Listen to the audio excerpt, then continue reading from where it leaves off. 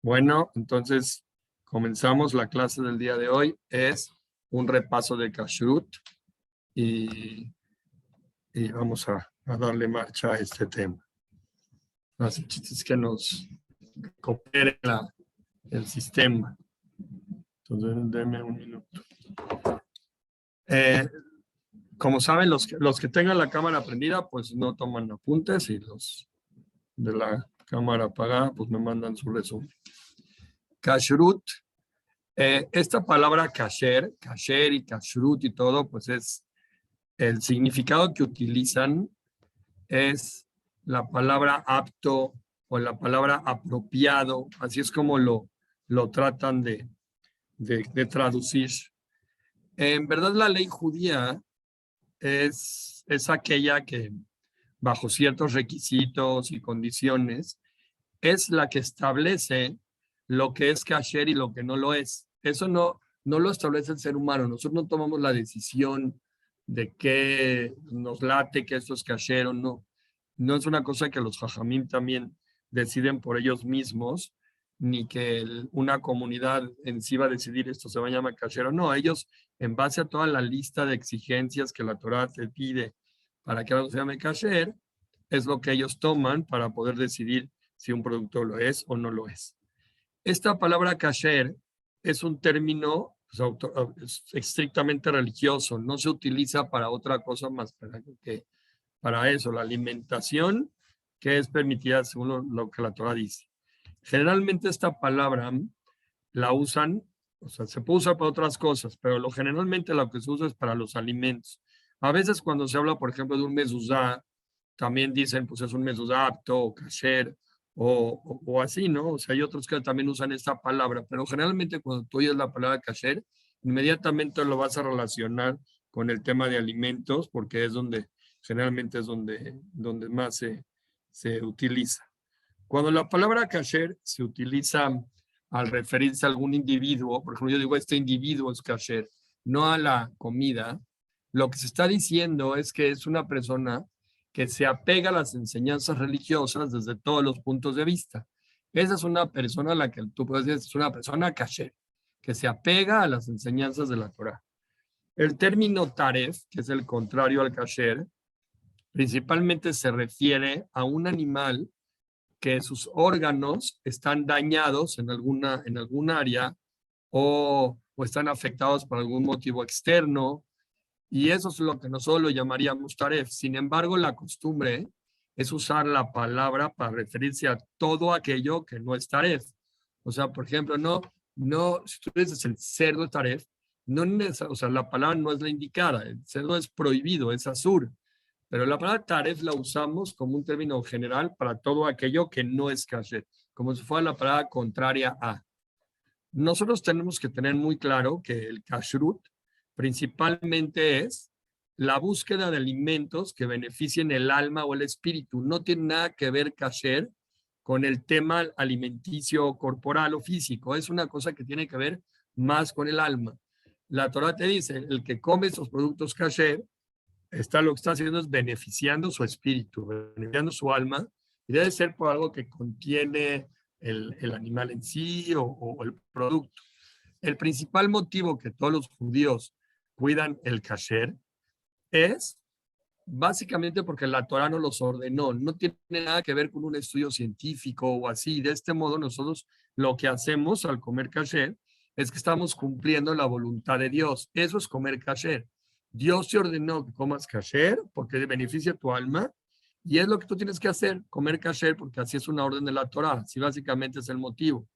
Quien dice que no come cerdo porque no le gusta, por ejemplo, no, es que a mí no me gusta, él está errando en el motivo real de por qué no lo come. O sea, ya, porque la verdadera causa de un judío que no lo come es porque el creador del mundo ordenó que así lo hagamos y así lo puso en la Torá. Ese es el verdadero motivo, no porque me gusta o por su sabor o su limpieza. Cuando una persona sostiene que hoy en día las leyes de sanidad alimenticia son perfectas, llega tú y dices, ¿qué dices? Bueno, es que antes era más difícil, la comida más sucia, la forma de tratar los animales era diferente, etcétera. y sostiene que hoy en día la ley de sanidad es perfecta, todo está muy sano, todo se puede comer muy bien. Y dice, pues entonces yo considero que hoy en día ya no necesito comer kasher porque ya esos motivos ya desaparecieron. Lo que está haciendo esa persona es andar por sendas equivocadas del por qué cuidamos dietas alimenticias especiales. No tiene nada que ver con sanidad. ¿Sí? Un minuto llego al punto y te doy la palabra. Por ejemplo, cuando alguien se imagina al cerdo y lo hace pensando en un animal revolcándose en el lodo y que comer su carne produce triquina, entonces, que sí puede ser un motivo, y si uno pensaría que si ese motivo desaparece, entonces ya no habría ningún motivo existente para poder seguir comiendo, para poder seguir prohibiendo su consumo. Está errando la verdad. No es por eso, aunque sea perfectamente limpio y sano y todo, no tiene nada que ver con las reglas que la Torah nos impuso. Ahora sí, Aarón. Ajá, pero, por ejemplo, a lo mejor estoy mal, pero yo había escuchado, igual, la realidad es que hay personas que nacemos comiendo kasher y yo no decidí no comer taref, pero es algo que, o sea, por ejemplo, para mí siempre ha sido algo normal comer kasher. Yo no estoy, o sea, a mí que comer en un restaurante sí, pero comer una carne o algo que no sea kosher no, es algo que yo nunca lo tuve. Pero recuerdo que cuando en algún momento no me acuerdo si había sido un jajam o había sido un comentario de algún amigo o algo así, recuerdo que me habían dicho que comer queso perdón, carne y queso junto o sin que pase el tiempo, sí tenía sí tiene una explicación científica. Entiendo que no es la razón por la que Dios nos lo dice, pero también creo que hay cosas muy interesantes en el kashrut que pues cuidan un poco nuestra salud. O sea, es lo que yo he visto con recientes estudios, y es que se hacen muchísimos estudios actualmente del kashrut. De hecho, en Estados Unidos, ajá, todo tiene el sello, pero no porque haya, o sea, sí hay muchos judíos, pero no porque sea un mercado interesante para las empresas, sino porque es un sello de sanidad para las empresas. De hecho, la gente agarra y dice, es kosher, pues lo compro porque entonces tuvo un filtro un poco más riguroso. Y pues no sé, creo que esto es algo muy interesante porque claro que no lo haces por esa razón, pero se complementa y puedes decir, mira, yo soy kosher y además me ayuda mucho en mi salud por X o Y razón. Tu comentario es muy atinado, pero como comentaste tú también en lo que acabas de decir ahora, lo primero que tenemos que saber antes de entrar en motivos más específicos de sanidad y eso es que en caso que en algún momento los productos kasher, tal vez, o los que no son kasher, ya empiecen a cubrir regímenes de sanidad, no te exenta de dejarlos de comer o no. O sea, sí es interesante saber otros motivos que pueden ayudar, pero la realidad es que la única fuente importante que tenemos que dejarlos de comer libremente es porque es una ordenanza de la Torah, independientemente de los otros motivos. Con el pasar de los años, hemos registrado infinidad de historias que cuentan, por ejemplo, cómo los judíos se han sacrificado con tal de no comer productos taref. Por ejemplo, han habido muchas historias a la antigüedad y más cercanas a nuestro tiempo, que muchos judíos se han sacrificado, por ejemplo, para no comer cerdo. Y entonces sería absurdo pensar que esos sacrificios justifican solo por salud o por higiene. O sea que no comía cerdo por salud, pues come, aquí se está muy sano, no tiene nada que ver, sacrificaron sus vidas. La carne de camello o de caballo o de liebre es carne que es consumida en muchas partes del mundo y no necesariamente son animales más sucios que una vaca o que una cabra. O sea, no, ¿por qué decir que el caballo es más sucio que una vaca? Pues no tiene nada que ver. O sea, tú comes carne de toro pues, y a lo mejor es más sucia que el caballo. Pero pues es la verdad que la Torah permitió esta y no esta. O las aves de corral, por ejemplo, como la gallina, es un animal permitido por la Torah, pero tiene una pésima reputación en lo que se refiere a la limpieza. O sea, una gallina vive en una suciedad tremenda. Entonces, no tiene nada que ver en el hecho de pensar si es limpio o no, a determinar si yo sigo comiéndolo o no. Muchas leyes de kashrut están directamente relacionadas con la salud física. O sea, perdón, la salud física, pero de los animales. Porque los mandamientos de Hashem, estos, tienen que ser beneficiosos tanto para el hombre en todos los aspectos, que es lo que tú comentaste, que algún beneficio adicional tiene que ser, aparte del hecho de que estoy obedeciendo sus leyes. Y esto es importante recalcarlo para que no entendamos que aunque el principal objetivo es la salud espiritual, obviamente que con más razón incluso deben incluir algunas razones también físicas en el cuidado de Kashrut. O sea, no nada más mi espíritu y mi físico, no. Seguramente tiene algunos beneficios físicos que ahorita en este momento no los hemos mencionado, pero debe tenerlos también porque Hashem, él abarca todos los beneficios del hombre en este mundo y para el mundo venidero. El primer objetivo del Kashrut no son las consideraciones higiénicas en absoluto o las de salud que contienen. Todas las exigencias, por ejemplo, de matanza ritual o la eliminación de la sangre del cuerpo o la no cocción de carne y leche juntos, esos no son parte de las antiguas medidas de salubridad de la época. No tienen nada que ver. Básicamente, todos estos cuidados son a lo que se refiere la Torá, son los que los cuenta, son un llamado a la santidad, no a la salud, porque antes eso no era considerado. Como puedes decir ahorita, bueno, es que hoy en día sí, pero puede ser que en 10 o 15 o 20, 30 años, pues ya no. Entonces, como van cambiando las épocas, entonces, de cualquier modo que cambie o no cambie la época, eso no nos es indiferente, porque todo lo que tiene que ver con Kashrut es un llamado a la santidad y no a la salud. Es prueba de ello es lo que dice en la sección, trata de los temas de qué se puede o no se puede comer, y concluye diciendo en el libro de Vaikra, en la Torá, dice, cuando te dice las leyes de Kashrut, te dice, porque yo soy el eterno vuestro Dios, ustedes se santificarán y serán santos porque yo soy santo.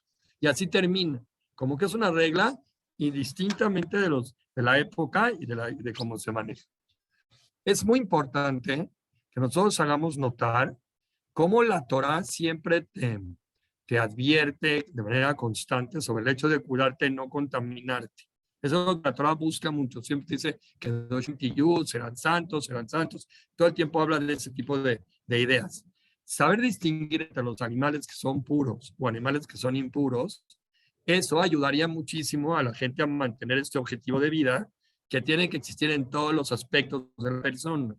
Porque primero, antes de poder decidir si la maté o no lo maté de manera correcta, hay que saber si es un animal puro o un animal impuro para de entrada empezar a pensar si se puede consumir o no. Tanto en relaciones íntimas, por ejemplo, también hay cosas que se llama una persona que está actuando con pureza o con impureza, y tanto en relaciones de la moral o relaciones de la ética, existen ese tipo de reglamentos. Tratar las leyes de Kashrut exclusivamente como reglas de cuidado alimenticio de manera separada a todo lo que el judaísmo encierra, lo que estamos haciendo es deformar toda la esencia de lo que se pretende lograr como meta final, que la meta final de cada uno de nosotros es ser una persona santa, es pegarte a Hashem, serán santificados, serán santos porque Hashem es santo. Y está escrito en la Torá, también en el libro de Vaikra, él dice así, que entre los animales que se pueden comer y los animales que no se pueden comer, tú tienes que distinguir entre lo puro y lo impuro. O sea, hay animales así y animales así, indiferente ahorita del motivo de cómo se maten o no. Y esto se refiere a todas las cosas de la... O sea, indistintamente, la persona tiene que estar muy, muy clara y muy relacionada con el tema de vivir con santidad, y comer kasher es uno de los aspectos de la vida que la persona tiene que hacer para lograr eso. Esa es como primera instancia para que sepamos, para poder hacer un repaso claro de lo que significa el kasher en nuestras vidas. Ahora, hablando un poquito de lo que es el control del deseo humano. Aprender a controlar, por ejemplo, las ansias por comer alimentos prohibidos. Una persona dice, ya, bueno, yo ya entendí que hay alimentos que se pueden comer o no. De repente tú tienes que controlarte, hay alimentos prohibidos que a veces se antojan mucho a la vista o que se ven muy bien y así.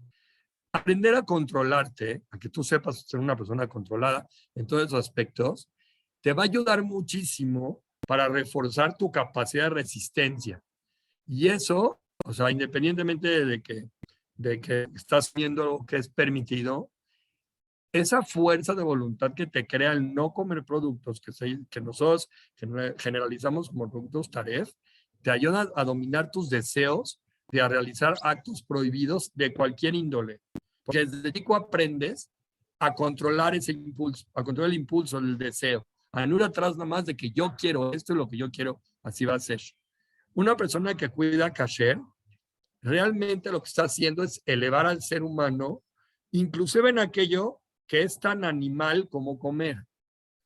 O sea, nos convierte en algo que es lo más simple, que es comer, y lo más mundano. Ahora ya no es algo tan simple y mundano. Ahora ya lo que como o no como y cómo lo como y de qué forma, ya se convierte en algo de supervivencia. Se convierte en algo que es una vivencia religiosa. Estoy respetando a mi creador. O sea, haciendo lo que él me pidió. Lo que cualquier humano podría imaginar como lo más insignificante de las acciones de la vida, que es comer, que es lo más simple y digamos lo más así que hay. La persona puede convertirse puede hacer de esto, perdón, el deber máximo de servir al creador en todo momento de la existencia, porque lo está sirviendo a él con algo tan simple que es comer. Todas las leyes de Kashrut lo que hacen principalmente es fomentar algo en el humano que se llama el autocontrol.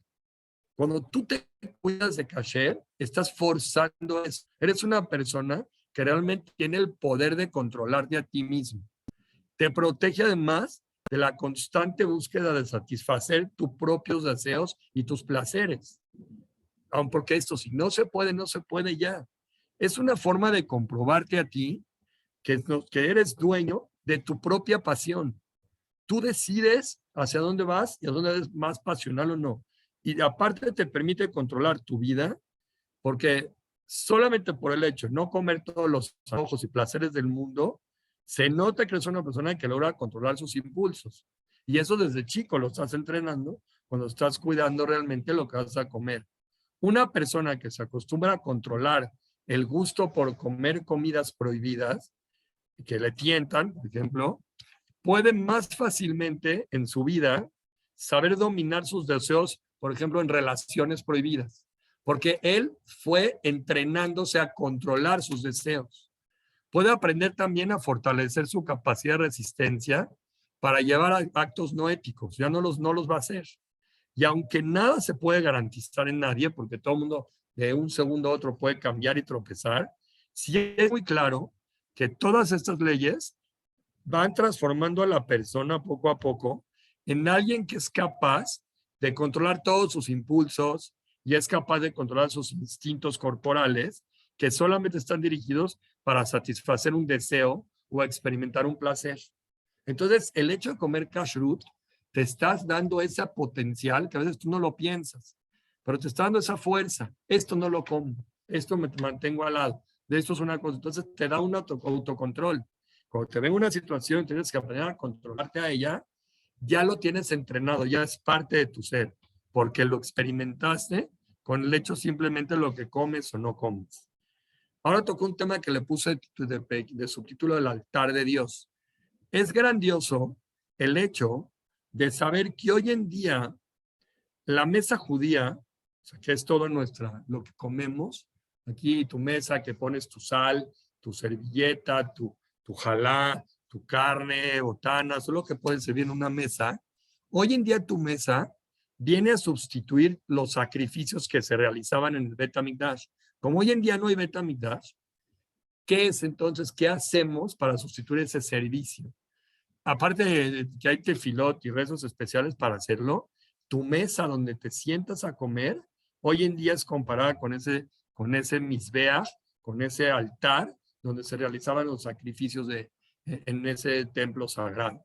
Y así lo explica la Gemara de Hagigá, que dice que podría ser que este es el motivo por el cual no tenemos que sentarnos sobre la mesa. Una persona que está en su casa se sienta en sillas, no se sienta sobre la mesa, porque como la mesa es probablemente la sustitución más cercana a un altar de Hashem, entonces sentarte en la mesa es una falta de respeto, estás estando en el altar de Dios.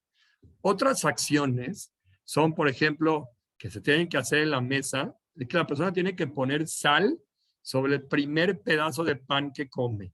Agarras, dices, tu verajá de amotzile femina ares, y le tienes que remojar un poco en sal. Del mismo modo que se hacía con los sacrificios en el altar del Mishkan, perdón, del Bet HaMikdash, donde la gente remojaba en sal los sacrificios. Otra cosa importante es, por ejemplo, que cuando uno empezaba a decir la verajá de Bizón, que es la verajá final a la comida, se tienen que retirar los cuchillos de la mesa antes de hacer de recitar esta bendición.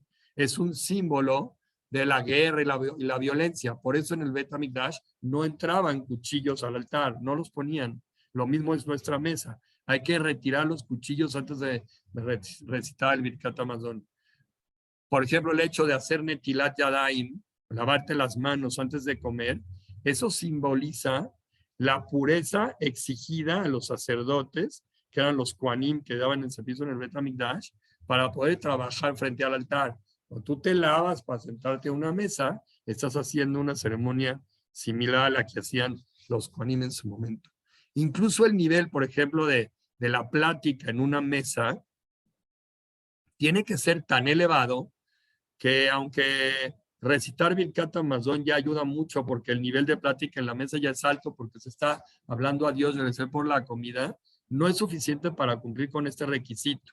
La plática en una mesa tiene que ser de calidad, una plática de nivel, que tenga Irat Shamayim, que te deje algo bueno, no una plática en tono feo, grotesco, así. Estás en un altar que es servicio a Dios. Todas estas acciones, todo esto que tú practicas en una mesa, te va a ayudar a tener conciencia de Dios en cada detalle y cosa que haces en tu vida y a ser fieles en el servicio que tienes frente a Él.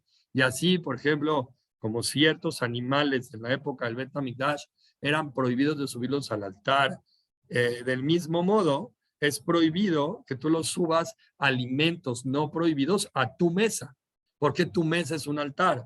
Entonces, imagínate, en el altar de Dios, por ejemplo, no subía una langosta, tampoco a tu mesa, que es comparar un altar, tiene que subir una langosta. Es algo que es algo abominable, un altar al servicio divino. Está escrito en nombre del Seforno en el libro de Vajikra, dice, las comidas impuras bloquean el alma de la persona y le impiden sus virtudes morales y espirituales. Quiere decir que cualquiera de nosotros que esté dotado de grandes virtudes morales y espirituales, al hecho de que come algo prohibido, algo taref, él puede ser que no se dé cuenta y comió delicioso y su estómago tuvo un placer exquisito al paladar, pero su alma está siendo afectada y todas sus virtudes de moralidad no las puede sacar a relucir, no puede. Tiene un defecto espiritual ahí tan grande que no las puede sacar a relucir por el hecho de haber comido algo que no es permitido. Dejar de beber, por ejemplo, sangre, que es algo que es prohibido, nosotros sabemos que no podemos beber sangre, o no comer carne con leche juntos, todo eso aleja al judío del derramamiento de sangre y de la insensibilidad del sentimiento de una criatura viviente. Porque todo el hecho que te dicen no vas a comer leche, la leche de la madre con la carne, entonces eso te da un motivo de insensibilidad. O sea, cuando sabes que no lo comes, eres sensible al sufrimiento de otras criaturas y además también no comes sangre, entonces pues también eres consciente de lo malo que es el derramar sangre. Uno pensaría que esto es exagerado, como muchos comentan, que lo importante realmente sería tal vez lo que sale de la boca de la persona y no lo que entra en la boca. ¿Qué me importa lo que meto? Lo que importa tendría que ser nada más lo que yo digo para afuera.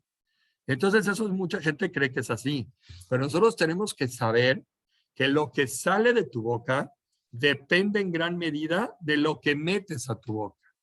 ¿Tú crees que es simple una persona que come productos kasher? Su alma se va refinando a tal grado que ya no puede sacar de su boca, por el refinamiento que tiene, cosas de mal habladas o cosas mal hechas o así. En gran medida depende de lo que la gente come, porque eso influencia directamente la personalidad de cada uno de quien lo consume. Si come animales, por ejemplo, que son crueles, él automáticamente está de algún modo incidiendo la crueldad de ese animal. Y eso influye en el carácter de la persona, influye en los valores de la persona y en la ética y moral de cada uno de nosotros. De hecho, una de las cosas que nos han mantenido separados de otros pueblos, que hemos visto en la historia, que han existido pueblos muy agresivos y muy sanguinarios, y de otras religiones que no profesan esto, dificultando en cierta medida las relaciones sociales, ha sido el cuidado del kashrut. O sea, si fuera que una persona estaría cerca de una asimilación y de abandonar el judaísmo por algún motivo, el hecho de que come kasher es como una barrera que no permite pues, que suceda eso, ¿no? Entonces, obviamente, en gran medida lo que puede provocar la elevación o que se provoquen, por ejemplo, que una persona ya sabiendo todo lo que la dificultad que es hacer un matrimonio con gente que no profesa tu misma religión o así por todas las cosas que son, te puede ayudar a que si uno de la forma cuida esto, pues evita en gran medida y en gran escala matrimonios mixtos o evita en gran escala que la gente se asimile a otras ideas que lo alejan a la persona de un judaísmo puro. Abandonar el cuidado del kashrut es algo que incrementa, como dijimos antes, pues la asimilación. Y aunque el cuidado del kashrut no es la representación plena, por ejemplo, de un hogar judío, porque un hogar judío no nada más debe tener solamente comer kasher y ya, y ni siquiera es un objetivo en sí mismo, pero sí es parte de todos los cimientos más importantes que debe contener por lo menos una familia judía.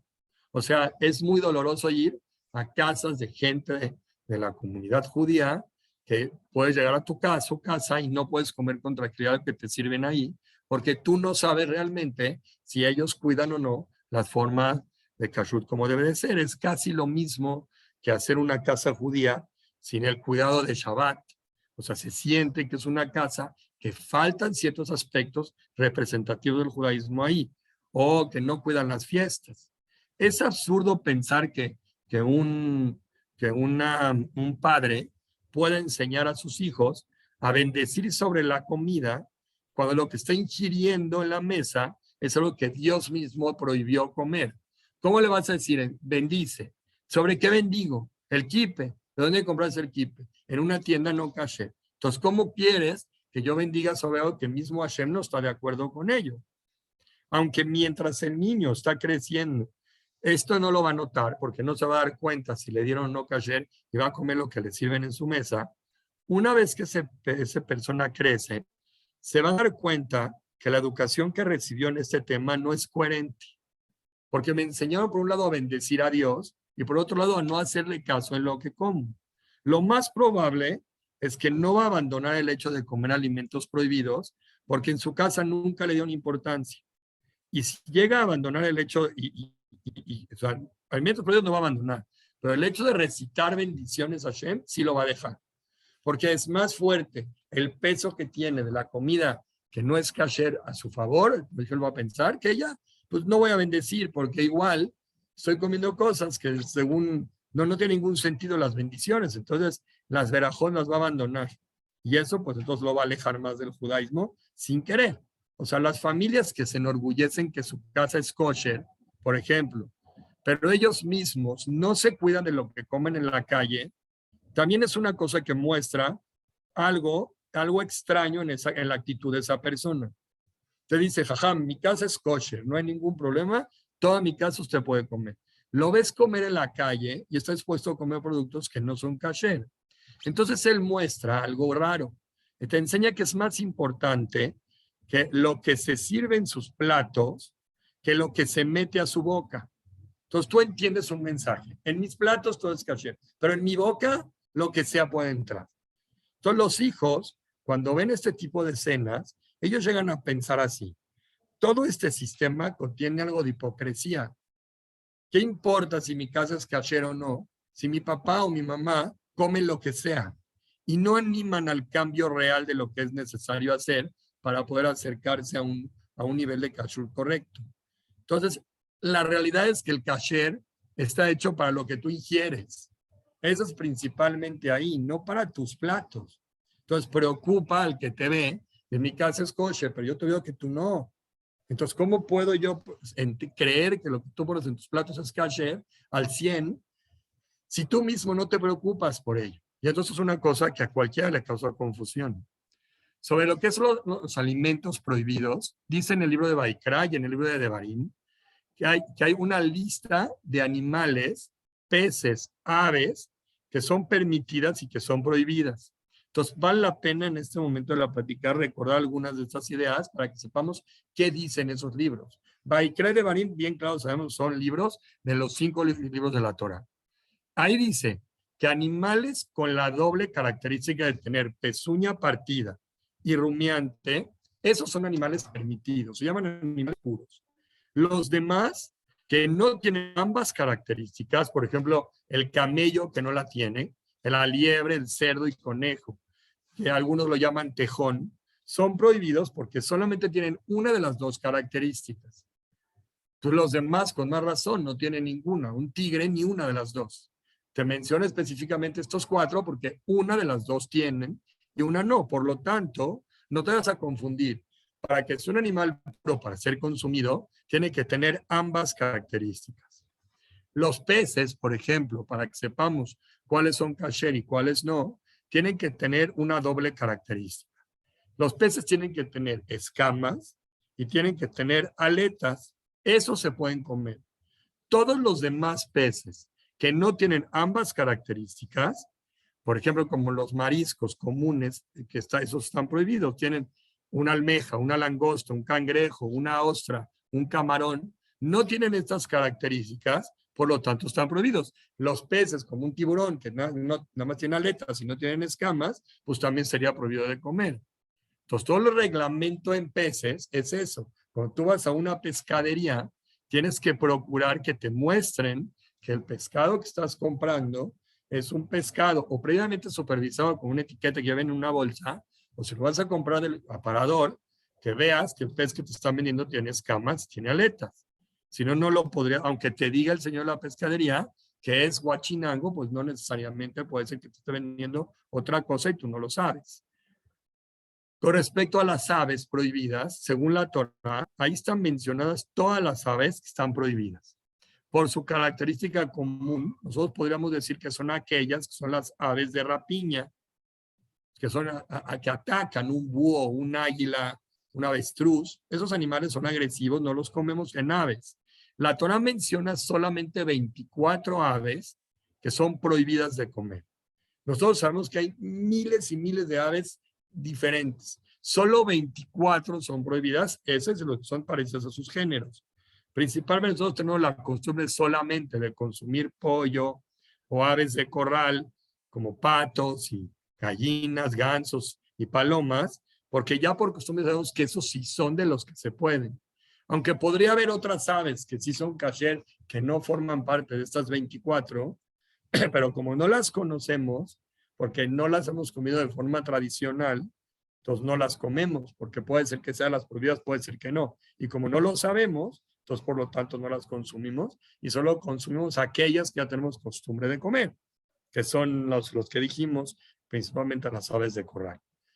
Todos los alimentos que son anfibios o que se arrastran, por ejemplo, una lagartija o una rana, o porque hay lugares donde venden ancas de rana. Del mismo modo, todos los roedores, una persona que come murciélago o insectos, hay gente que come chapulines y no sé qué insectos, todos esos son prohibidos. No se pueden comer. Aunque te digan, no, es una galleta procesada que te da más cantidad de fósforo a tu sangre y es muy buena. No lo puedes comer aunque te dé fósforo, porque es un animal prohibido, porque es un animal impuro. Todos los productos que resultan de los animales taref tampoco se pueden comer. Por ejemplo, si tú tienes un animal que es taref, digamos, el león, y la leche de la leona, dirías, ¿qué tiene que ver? Es leche. No se puede ingerir, porque son productos que provienen de los animales taref que nosotros no los consumimos. Entonces, leche y huevos de animales prohibidos son prohibidos igual que el animal original. El aceite de los peces que no tienen escamas es exactamente lo mismo. Aceite de no sé qué, de langosta. Pues no sé si existe, ¿no? Pero no se puede comer porque viene de un animal prohibido. Solo la miel de abeja, que la abeja sabemos que es prohibida porque es un insecto, esa sí se puede comer. Porque la miel de abeja es un producto que producen las abejas por fuera y no en su interior. son como fabricantes de la abeja, las fabrican afuera, en el panal, fuera de ellos mismos, en una colmena. Entonces la miel no tiene ningún problema y se puede comer. Lo que ellos producen en su interior es lo que es prohibido. Según la ley judía, todos los alimentos susceptibles de dañar la salud también están prohibidos. No meramente por la regla de kashrut. Ahí no tiene nada que ver con el tema de es kasher o no. Ahí se basa la Torah, en lo que está dicho en Bamitzvah, cuidará mucho sus almas. Dice, Ushmartem nafshotehem, usted tiene que cuidar su alma y por lo tanto no come productos que están asignados y designados con productos que no son kasher. Toda la palabra taref, como dijimos antes, incluye a todos los animales que se prohíbe comer, sin importar el motivo que fuese. Y no hay manera de transformarlo nunca en algo comestible permitido llamándolo kasher. Si algo ya es taref, es taref. No se puede convertir algo taref en kasher por arte de magia en un proceso industrial. Una vez que no es kasher, se acabó. Entonces no hay manera de engañarnos a nosotros mismos con respecto a eso.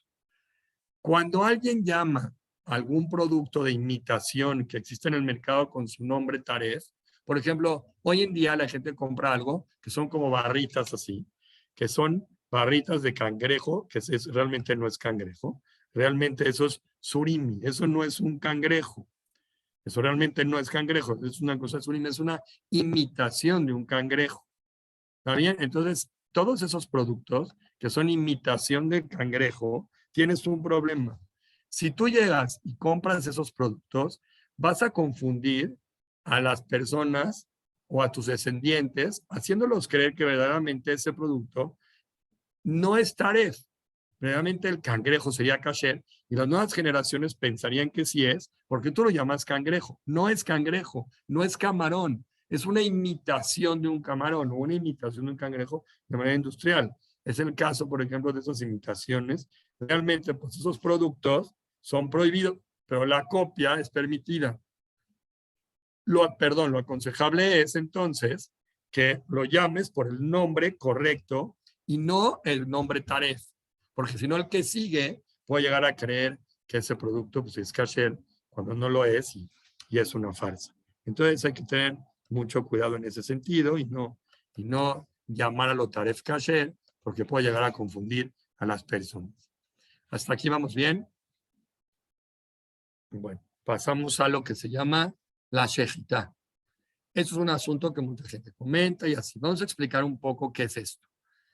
La shejitá, está dicho sobre ello que las reses o los animales de corral, que son ya animales grandes, no de corral, grandes así de campo, como lo son todos los tipos de aves, animales de corral como las aves, o animales de campo como reses, cabras, chivos, ovejas, todos los animales estarían prohibidos de comerse, aunque sean puros, siempre, o sea, aunque cumplan con todas las cualidades de la Torah, si es que no los matas por medio de un medio de matanza kasher que se llama shejitá. Esa shejitá es la que lo hace permitido. No, entonces, bueno, ¿qué tiene malo? Igual estoy comprando res.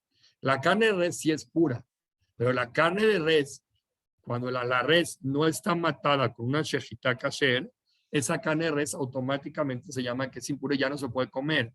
Incluso que hayan muerto de muerte natural, están prohibidos, y así lo expresa la Torah en el libro de Devarim, que dice, no comerás ningún cadáver. La Torah lo llama un cadáver, no lo llama un animal que fue realmente hecho y predestinado para poderse matar con una shejitá. Todo el sistema de shejitá es un sistema de matanza que se aplica exclusivamente a los animales y a las aves. Obviamente en los peces, pues en eso no existe shejitá. ¿Cuáles son las características generales de una shejitá? Hay que saber que es un ritual que debe de causar el menor dolor posible al animal. Hace salir del animal la mayor cantidad de sangre posible para que no haya un coágulo sanguíneo. El corte provoca la pérdida casi inmediata de la conciencia del animal y el corte no ocasiona dolor sino hasta que llegue el momento de la pérdida de la conciencia del animal. Es un corte que está dado de ida y vuelta con un cuchillo, hecho de forma muy rápida en la garganta del animal, con un cuchillo especial que tiene que tener una longitud específica y sin tener ninguna melladura o ninguna desigualdad para que no se llegue a atorar en la piel del animal a la hora de hacerlo. Todo el movimiento de corte, de cortar, tiene que ser una fracción de segundos, se corta la tráquea y el esófago. Los dos nervios vagos, dos venas yugulares y dos arterias carótidas en el mismo movimiento. Lo cortan y ahí queda. Y automáticamente terminó el proceso. En caso que los rastros apliquen métodos para aturdir al animal, que son otros métodos diferentes, le pueden hacer un shock eléctrico, algo así, se tiene que checar la consecuencia que trae ese método que usan los rastros para atarantar a sus animales, porque muchos de los métodos que aplican pueden transformar al animal en taref. Entonces hay que estar al pendiente y saber qué es lo que hacen ahí. Aunque generalmente se explica que el método de la shejitá es lo más humanitario que existe, tiene otras ventajas adicionales. Es, por ejemplo, el derrame rápido de la sangre del animal, como dijimos antes, y no permite la coagulación de esta sangre en el interior del cuerpo del animal. Y de este modo es mucho más sencillo cumplir con la prohibición de la Torá de ingerir sangre, porque ya se salió esa sangre. Y además es algo comprobado que es higiénico para el consumo de la carne. Hoy en día es algo que es sabido, en muchos ratos lo siguen aplicando y no hay problema. Aunque hay leyes que aparentemente se ven antisemitas, que quieren decir que es algo cruel, pero la realidad es que no hay ningún problema. Está bien. Claro. Okay. Dice, no cualquier persona se considera un shohet apto. Debe de ser una persona que es piadosa, tiene que conocer los capítulos del Shulchan Aruch que detallan las reglas de cómo hacer una shejitá de manera correcta y todos los principios que hacer. Tiene que saber identificar los males y defectos en los animales, que inclusive que se haga una shejitá perfecta, podrían convertir al animal en taref, por ejemplo, si tiene un hoyo en el pulmón o cosas así. Este tiene que aprobar un examen muy difícil para poder ser un shohet aceptado y tener un certificado rabínico en la materia. No todo rabino que tú vas y ves es shohet. Es como una especialidad del rabinato. No cualquier rabino que ves con sombrero y barba caminando por la calle es un shohet. Es una especialidad independientemente del rabino. Entonces, ay.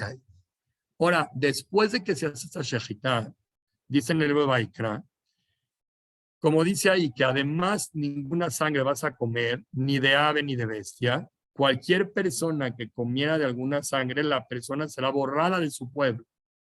Quiere decir, si no se hizo bien el cuidado de la sangre de los animales que son kasher, entonces ese hecho también, aunque la shejitá fue perfecta, si no se limpió bien el animal de la sangre, tienes un problema.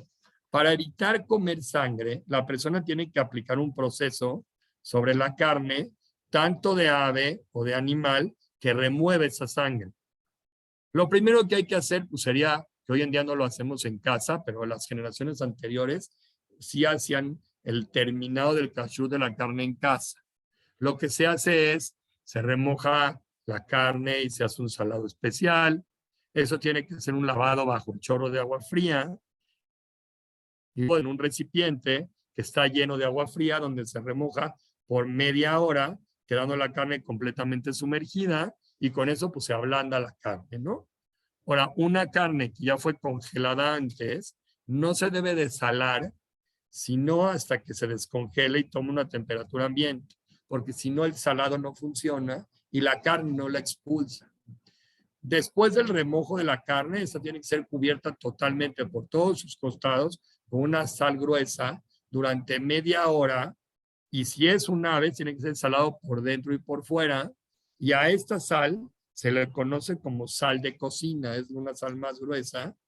Esta sal, porque la sal de mesa no sirve para este efecto, porque es muy delgada y muy fina, entonces se absorbe en la carne en vez de lograr que se expulse la sangre. Entonces solamente se puede hacer con sal gruesa. Después de salada la carne, se coloca en una superficie plana con una inclinación que permite que toda la sangre se escurra, o en un escurridor con hoyos que permite la eliminación de la sangre. Toda la sal se tiene que permanecer en la carne por un tiempo de 1 hora y solo en tiempos de emergencia se puede quedar menos tiempo, pero habría que preguntar el detalle de cada quien. Después de pasar este proceso, la carne tiene que ser enjuagada debajo de un chorro de agua y ya está lista para ser cocida, para ser frita o asada. Obviamente que el asado pues tiene que ser realizado en un asador kasher, porque si no, pues todo lo que hiciste no sirve de nada. Y si todos tus utensilios son taref y todo hiciste un salado perfecto, pues amuelas la carne, aunque esté perfectamente kasher tu carne. Todo el recipiente donde se remoja la carne solo se utiliza para el motivo y el propósito de salar la carne. No lo usas para otra cosa. Toda la carne tiene que ser salada antes de transcurrir 72 horas después de haber matado al animal. Hoy en día todo este proceso lo hacen en el mismo rastro o después de ser lavada la carne. Y en caso que se demore, la carne tiene que ser lavada antes de que pase este tiempo para no permitir que la sangre se coagule y poder ganar un tiempo más para hacer este procedimiento. Si la carne pasó más de 72 horas sin haberse enjuagado o salado, ya es prohibido hacer este salado, porque ya no sale la sangre de la carne y solo se puede hacer kasher por medio de un asado y ya no se puede hacer por medio del salar. Cuando tú lo vas a hacer entonces por medio del asado y no por medio del salado, en caso no haber aplicado todo este método de atrás, entonces la única forma de que se pueda consumir es asada. Todo el asado tiene que realizarse en una parrilla que permite eliminar la sangre, quiere decir con hoyitos. Solo se puede usar un asador kasher. La carne cruda tiene que ser bien enjuagada antes de ser asada y ligeramente salada. Después el salado tiene que ser enjuagado en agua fría. Y en el caso del hígado, no se remoja ni se sala porque solamente basta con azar, porque el hígado es una de las comidas que nunca se pueden expulsar por medio del salado y solamente se pueden comer asados. Hablando un poquito más de otras comidas, pensando por ejemplo en los huevos, es prohibido comer huevos que contengan coágulos de sangre. Por lo tanto, todos los huevos que tú vas a comer en algún lugar, a comprar en el súper o así, no los puedes romper y echar directamente en el sartén. Tienes que quebrar el huevo, revisarlo previamente así, como con una tacita a la luz, y ver que no tenga ningún punto rojo en ningún lado y después lo puedes usar. Los huevos encontrados dentro de las gallinas, esos se llaman huevos, esos huevos son de carne y no se pueden comer con leche. Obviamente en el súper nada más nos venden el cartón de huevo, no están dentro de la gallina. No se pueden comer con leche y al momento de salar el pollo también se tienen que hacer kasher por separado de esos huevos. Con respecto al tema de la carne y la leche, que es uno de los que dijimos que no se debe comer juntos, dice en el libro de Shemot, en el libro de Devarim, no cocines el cabrito en la leche de su madre. Entonces, lo dice la Torah 3 veces. Lo dice entonces, si lo dice 3 veces, el tema de leche y carne tiene 3 prohibiciones básicas. La primera es, no se puede cocinar carne y leche junta. La segunda es, no se puede comer carne y leche junto. Y la tercera es, no se puede obtener beneficios de la mezcla de carne y leche. Si en algún momento revolviste o alguien revolvió carne y leche en tu casa, no puedes tener beneficios de esa revoltura. Toda la prohibición de la Torah al respecto habla principalmente de carne de animales y no de aves. Por lo tanto, uno pensaría que tal vez pollo no hay problema porque la Torah no lo mencionó. Pero es una prohibición de rabinos que también la carne de aves no se puede comer con leche. Rabinos hicieron así para que no vayas a confundir y digas, con leche, con pollo se puede carne, ¿no? La gente se va a confundir. Por lo tanto, tanto carne de aves y carne de animales, de granja, también no se puede. Toda la prohibición no es solamente de la leche como tal, sino obviamente todos los productos derivados de la leche están prohibidos de consumirlos con carne y viceversa. No tome leche, come queso. Pues obviamente queso es lo mismo. Se conoce como productos parve los productos que no contienen ni carne ni leche. Por ejemplo, una fruta o una verdura se llaman productos parve. No son productos ni de leche ni de carne. Igualmente el azúcar, lo mismo. El café es lo mismo. Todos los peces kasher son parve. El huevo es parve. Los artículos industriales elaborados con productos químicos son parve. Eso se puede comer o con uno o con el otro. No tiene ningún problema.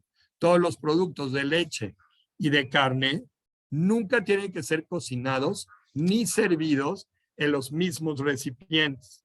Si tú tienes recipientes de carne, tienes recipientes para carne. Si tienes recipientes para leche, tienes que tener recipientes para leche. Incluso que se sirvan por separado. Ahora, incluso que se utilizó un recipiente para carne y para leche, aunque no fue al mismo tiempo, este recipiente ya es problemático y eso provoca que se absorba una pequeña parte o de la carne o de la leche en las paredes de ese utensilio que tú estás usando en forma común. Y eso convierte el utensilio de cocina en un recipiente ya no kasher, porque lo usaste tanto para carne y tanto para leche de manera indistinta. Y eso es prohibido, porque de cierta forma es como si fuera que estás cocinando carne con leche, aunque no lo estás haciendo, pero el recipiente es una mezcla. Por lo mismo, es necesario que la persona tenga su cocina con recipientes específicos para carne y con recipientes específicos para leche de manera respectiva. Y esto incluye todo. O sea, incluye cubiertos, vajillas, ollas, palas. Todo tiene que ser separado. Hay quienes los distinguen, por ejemplo, poniendo unas marquitas, hay unas estampas que venden y ya distingues tú cuál. O compras distintos colores. Todo el color blanco es de leche, todo el color negro es de carne, por ejemplo. Y así ya lo distingues bien.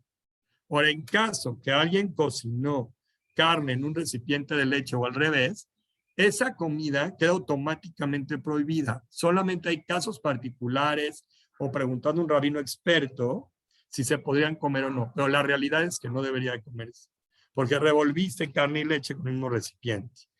Déjame ver si esto me falta mucho. Bueno, me falta un detalle. Voy a tratar de acabar este tema y cerrar el tema en tema de carne y leche, como me faltaban unos detallitos, pero para concluirlo en este tema.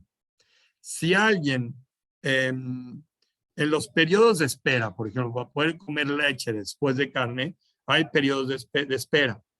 Hay muchas opiniones al respecto. Hay gente que opinaría que puede esperar 3 horas, 4 horas o 6 horas. Con respecto a la espera para poder comer carne después de comer leche, no hay que esperar. Uno sabe que comió leche, puede comer carne de manera inmediata solamente si se enjuaga bien la boca y comer algo sólido neutro entre una comida y la otra. Solo en casos muy particulares, por ejemplo, que son quesos grasos o así, hay que esperar más. Pero la manera común es que enjuagando, pero al revés, de carne a leche, lo que nosotros normalmente nos esperamos son 6 horas. Hay quien acostumbra menos, pues habría que preguntar. Los pequeños y gente enferma, pues que se esperen una sola hora para poder comer leche después de carne, y siempre y cuando hayan recitado la bendición de los alimentos previos al momento de terminar de comer la seuda anterior, para que se llamen que ya hicieron una pausa. Con respecto a los alimentos parve, que están cocinados en utensilios de leche o viceversa, sí se pueden consumir con el tipo contrario al recipiente, cumpliendo requisitos de espera de más de 24 horas, y eso principalmente para un sefaradí. Un ashkenazí que lo pregunte. El ashkenazí en ese sistema es más estricto y hay que preguntar. Hay opiniones que dicen que nunca se debe consumir esto, porque hay quien dice que absorbe, entonces hay que preguntar bien el detalle, si se puede cocinar algo parve en un sartén leche o al revés. Cuando 2 personas comen juntas en una misma mesa, uno está comiendo carne y el otro está comiendo leche, hay que poner en la mesa un distintivo que les recuerde eso, porque puede llegar uno a probar el plato del otro y eso no es correcto, o cada quien come en un mantel individual.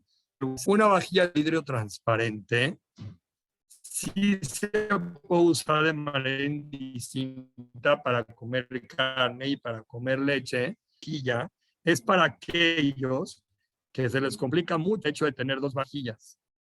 Entonces, a veces, lo mejor es no hacerlo. Pero si no puede, pues entonces compra una vajilla de vidrio transparente. Y con respecto a los vasos de vidrio, es lo mismo. O sea, no tienen problema de ser usados tanto carne y leche porque el vidrio no es absorbente. Tenemos otros detalles más adelante que corresponde a cosas de kasher.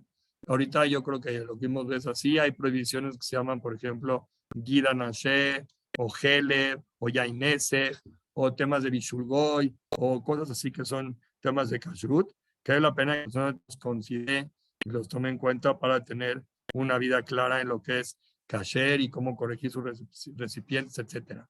Por ahora, creo yo que como repaso del tema de Kashrut, que es el objetivo original de lo que venimos a hacer en esta clase, yo creo que cumplimos un objetivo de manera general. Es algo importante, ¿no? Que es importante considerar. Es parte de la vida plena del Yehudí tener este tipo de conciencia. Entonces, pues espero que nos haya servido a todos este repaso, que hayamos tenido claro este tema y seamos conscientes, porque realmente es algo muy importante para pueblo Israel, es algo que nos distingue y hagamos un esfuerzo realmente por hacerlo de la manera correcta. ¿Alguien tiene algún comentario o alguna duda al respecto del tema de Kashrut?